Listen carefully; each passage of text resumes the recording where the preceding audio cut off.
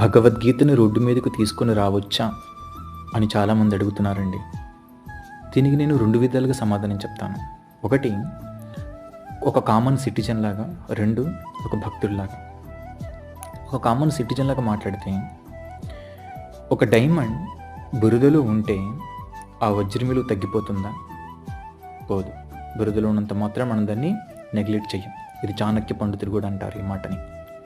Next, ఒక patient ఎవరైనా road మీద కొలాప్స్ అయిపోతే, హార్ట్ పేషెంట్ ద్వారానో లేదా బీపీ రావడం ద్వారానో ఇలాగ కొలాప్స్ అయిపోతే, ఇతనికి మెడిసిన్స్ హాస్పిటల్కి వెళ్ళాకే ఇద్దాము అంటామా? ఎక్కడున్నా కానీ మెడిసిన్ తీసుకొచ్చి అతన్ని బతికిద్దాము అని మెడిసిన్ అక్కడి వరకు తీసుకొస్తాము. ఇది కూడా అంతేనండి. చాలా సంసార సాగరంలో మునిగినటువంటి మనకు భగవంతుడి దగ్గరికి వెళ్ళే టైం కూడా లేనప్పుడు భగవంతుడు మన దగ్గరికి భగవద్గీత రూపంలో వస్తున్నాడు. అదొక మెడిసిన్ లాగా తీసుకోవాలి.